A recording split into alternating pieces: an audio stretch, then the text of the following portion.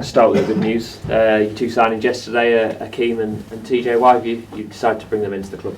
Well, I'm going to put a little bit of pressure on Max because I know he's sat at the back of the class, so to speak. No, I think obviously from Akeem's point of view, he's got a 6-month contract to the end of the season to put him under a little bit of pressure. Just in case he gets injured. Obviously, we need covering that position. It's an opportunity for him to come in and press and push Max as hard as he possibly can. Compared to obviously TJ, he's alone. Obviously, got massive pedigree coming from a top club, captain of the under-23s. We obviously need covering that area. Yes, we're hoping that Bozzy, gets fit as quick as we possibly can. But I think it's sensible to have a little bit of covering that position. He's only a young one, and I know people have got a bit of a thing about young and youth and stuff. But if you've seen him, he's a physical specimen, and he's a tough character as well. Okay, so let's move on to the big talking point. As you would expect, Tyler Walker. Just how disappointed are you that it's been left so late? Yeah, I am disappointed that it was left so late. There's no doubt about that.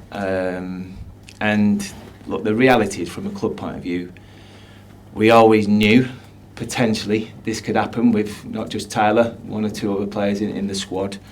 And I think that was the reason why initially, we had to move and act fast with Tyrese at the time, because obviously there was a lot of clubs who were interested in Tyrese.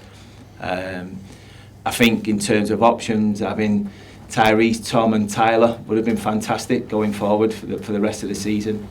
But as it's happened, I think what I can say is that for as disappointing it was to lose Tyler, and it is to lose Tyler, I think from a business point of view, I think we've done pretty well to make sure that we've secured Tom Hopper on a long-term future, and getting Tyrese obviously from a short-term point of view.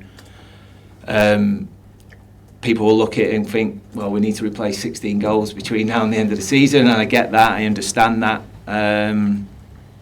But this is football. It's an opportunity now for the other players in the team to make sure they, are stood up, be counted for. We need to score goals from other areas of the field. I spoke to the players about that. Listen, I wish personally Tyler all the very best. I think when it gets to a point as well where the player is keen to sort of go back and move on, he probably sees the fact that he's had a fantastic first half of the season as an opportunity to maybe go back to Forest and either be part of a possible promotion push, or something that might end up come the end of the season, a nice little move for him. Financially, have the club worked out okay with the recall? I hope so. To be honest, that's not really for me. That's more for the chief exec and the board to ask them type of questions. But I think from a footballing point of view, we're in a position where, like I say, we've put ourselves in a place where we don't have to react quickly. We have got cover in that position with the likes of obviously Tom and Tyrese. If we get the opportunity to do something between now and 5 o'clock, just to give us that extra number and a little bit more strength in depth, then obviously we will do. But I think it's really, really important. I think I've been in football long enough, and you move on, you've got to move on quickly. There's no point worrying about what might have been, what could have been. And I think it's really important now that everybody gets behind the group, and especially obviously some of the players that have come in over the last couple of days or so. And you never know, there might be another one that might happen before 5 o'clock tonight. Just on loans as a whole, I know obviously that deal was done before you arrived at the football club, and you might do deals differently, but are you in the club looking at ways to protect yourself for next season potentially if you try and bring someone in on a season-long loan, so you don't keep going through the same situation? I think it's difficult to protect. The only way you can protect yourself is do what we have done.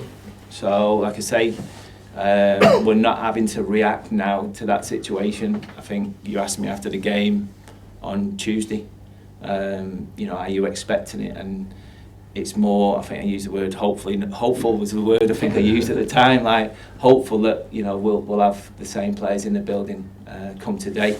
As it happened, it hasn't, but we've not put ourselves in a position of risk in terms of now scrambling around trying to find a potential striker who's obviously going to score goals between now and the end of the season. That's why we did the business that we did with Tyrese. Like I say, there might be something that comes up, because it always tends to do, but I think it's very, very difficult, unless you get it absolutely set in stone, that when you do a season-long loan, there's always a period of time within that the parent club can do something about it. And obviously, once a player gets it in his head, then that's probably just as much as a problem, or more difficult than it is whatever it says on a piece of paper. So on just transfers, just clear it up on the incomings. Are you actively pursuing any deals, or is it just wait and see what happens?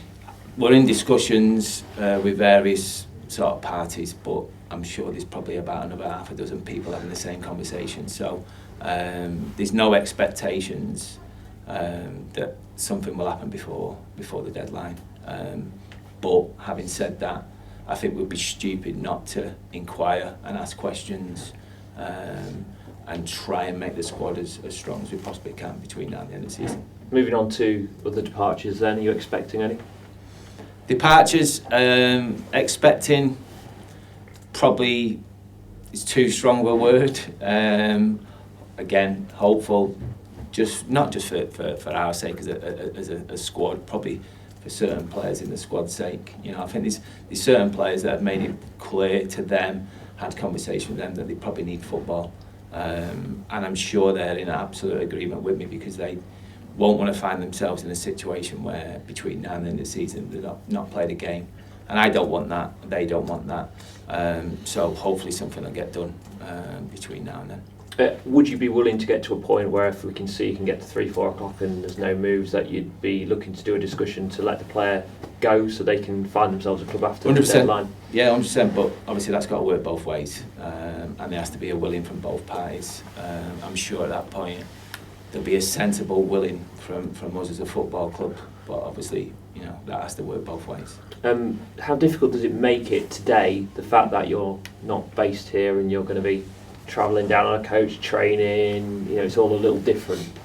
It is, but it's the wonderful world of technology. Mobile phone, that's all it needs. Yeah, I suppose you need a good mobile phone, a good network, and a fax machine that works. Good, we've got one of them, that's all right. On the game then, let's talk about the football this weekend. It's a great chance, isn't it, this weekend, to put pay to the difficulty away from home? I think it is, yeah, there's no doubt about it. I mean, we've obviously lost 2 games in the space of 3 or 4 days against, let's face it, 2 sides that are pretty strong, with pretty strong squads. I've got the luxury, I don't know about you guys, but I've got the luxury of watching games back, because it gives me either the opportunity to back up things I've said before, during and after the games, or actually look at it and put a different sort of spin on it. And having watched the 2 games back again as I did yesterday, there's absolutely nothing between both teams in both games, and I mean absolutely nothing. We've come away from both games with no points, but in terms of the way the players have gone about it, whether they played particularly well or not, in or out of possession, whether their touch is off, whether they should have shot instead of crossed it, vice versa, there's nothing in both teams. So I go into the game on Saturday massively confident, looking forward to, like you say, picking up some points away from home, which has been difficult for us of late. Is Tom Hopper able to play? Yeah. He's no. Well, I believe he is anyway. Yeah, there's no. I was going to say, just making sure there's no clause in that deal. Just a club in Southend's position, how dangerous can they be, though? The fact that it is backs against the wall. I think it is, and it was a couple of weeks back they got a win, didn't they? And you know, we're aware of that, we're mindful of that. When you're really going into a situation where there's no pressure on you, like there isn't now with Southend, I think a lot of people have written them off. We certainly aren't one of those sides. We've got to respect that, and to be fair, our away form has to make us respect the fact that, you know, they're going to be a dangerous opponent, because until we start winning away from home regular, we can't think anything differently of any team in this division. So we'll give them the respect that they deserve, but at the same time we'll be mindful of the fact that, you know, we want to bounce back and bounce back as quick as we possibly can. Lovely, thank you. Michael, have you had confirmation about Joe Mell and Jake Haskett yet? Are they? Yeah, I'm aware that they're going to be our players now. So they'll be your players for the rest of the season. Yeah. I mean, that's something. That's of course it is. Yeah, I mean, to be fair, like I say, I think Joe, especially just recently, probably since just before Christmas, his performances have been what I would expect of someone of his ability and I was going to say stature, but I didn't mean that as a pun. But in terms of, listen, he's playing international football, and the likes of the players that he's playing with in the Welsh national team, I think his performances over the last probably 8 to 10 games have shown that of someone as an international. Previous to that, I did ask a few questions. We had a one-to-one, and there was a few things said, and I think he's responded really, really well. I think his performances backed it up. In terms of Jake, obviously he had a spell injured when I first come in, responded really, really well when he got himself back in the team.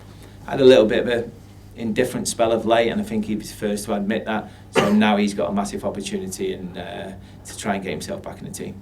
Good stuff. So just a bit more on potential new recruits. Are you keeping your ear to the ground for a striker? Are you looking at any other areas if it comes up at all, or is it just a striker in case one comes available? No, the strikers one's the obvious one, and you know, just mentioning it gets absolutely mental from like literally 7 o'clock this morning till, you know, later on this afternoon. It'll go crazy with people trying to offload certain players, whether it's agents, clubs. So we'll be certainly in the mix for that. In terms of both positions, I'd be lying to say that we weren't speaking to 1 or 2 clubs about potential acquisitions, but it's only potential at the minute, you know. Nothing's set in stone.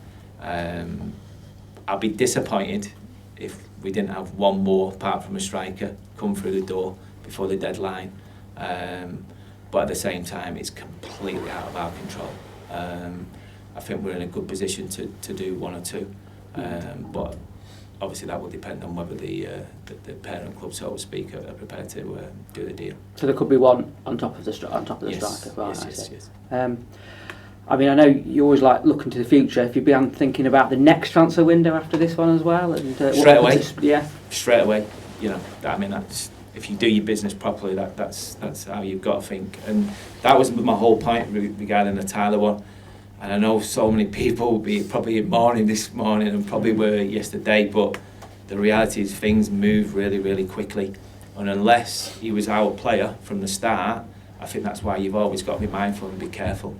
You know, and again, that's why we did the Tyrese one. It's like when you've got a player, and it'd be no different with Joe, you know, as an example, as a midfield player and stuff, you've got to get that balance right where, yes, it's one thing having loans from clubs and some bigger clubs, but reality is we have to put ourselves in a position, and I'm hoping this summer's the case, where we have less loans in the squad and the more our players, because we can't rely on, we can't be worrying going into windows thinking, is he going to get a call back, is that going to happen? We have to be in control of the situation, and come the summer, I'd like to think that will be the case. Will you be glad when today's over and you can just simply focus on the football? 100%, yeah, absolutely 100%, and that was the message, obviously, to the players after the game. You know, I'll speak to the players this evening at the hotel, because the reality is, whoever it is at that time this evening, that will be us then, between now and the end of the season. And I think it's important because it gives everybody a chance to focus on the last 15 games. Thanks, Michael. Michael, how is Michael Boswick's recovery coming along? Better, actually. Yeah. I mean, obviously, we generally thought that he would be at least until the end of February, maybe even early March, before returning. But we've had some positive scan results over the last few days, and he may be back as early as the second week in February. So I suppose that was the one that gave me a little bit more comfort to go down a more younger route with the cover at centre half, where you know, we've got someone as experienced as Bozzy who's played over 600 games, likely to be fit in the next 2 weeks. Michael, is the amount of transition we've seen in this window, has that slightly moved things forward with your planning towards the summer, or did you always envisage this amount of transition in this window? I wouldn't say envisage the amount. I think what happened really quickly, there became an understanding that this probably had to happen. In terms of the summer, between now and the summer there'll be a lot of work done, as you can probably imagine, behind the scenes, just making sure that, you know, we have the balance absolutely perfectly right. I think what we have got now is got obviously 3 or 4 months to do that. And I think looking back over the January window itself, it would have been probably ideal and perfect if Tyler would have stayed with us. But I think, and I'll repeat myself, you know, what we have done is put ourselves in a position where we've not had to react too much to a decision that was out of our hands. What we have done is just put things in place really where, okay, if that does happen, not great, but at least we put ourselves in a position where we can deal with it until the end of the season. And then come the end of the season, like I say, we'll hopefully be in a position where we can really shape the squad into a squad that's capable of competing at the top half of the division. Because the reality is, and I'd say from day one, this year, the single most important thing is that we have stability throughout the football club and on the pitch as well, and that just means that, you know, we're competing at this level next year, but not just competing, just having a right go at it. Do you think those run of home, that good run of home games where we won 5 on the trot gave you that cushion that hopefully that this period of transition now, with so many new players coming in, maybe at least they're not facing that battle looking towards the bottom of the table? Well, it certainly gave me a little bit of comfort. Yeah, definitely give me a little bit of comfort because yeah, the reality is, you know, people after that period, I remember coming in after the possibly Bolton game, or it might even be the Blackpool game, and people were talking about playoffs, and I understand that, but what you've got to understand is that as a manager of the club, you're the one with all the information, or 99% of all the information, and that's why I wasn't getting too confident, too carried away. I know the ability of some of the players in the squad, but I know there's going to be an inconsistency as well that comes with that, having worked with young players and these type of players before. What I would say is that we were in a little bit of a false position anyway. You know, I said that we played 2 games more than most teams around us anyway, so there's a realisation at some point they're going to catch us up and take points off teams, and it's going to even itself out. What we've got to really focus now is just ourselves. So we've got 15 games and create as many points and pick up as many points as we can over the 15 games. And in doing so, at the same time, making sure that we've got one eye towards the summer.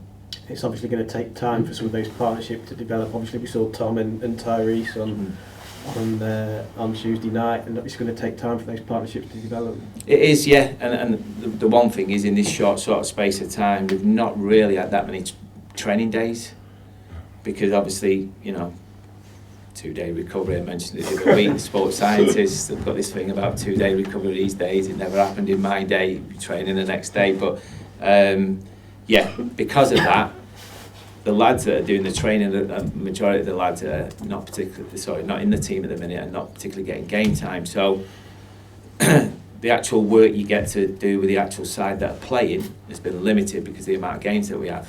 If you look at February, it's a little bit less for the games. Obviously, there's a potential better game that should have been towards the end of the season. But March and April, certainly March, it's very much Saturday, and you get the opportunity to work with them a little bit more on the training field. Thank you very much.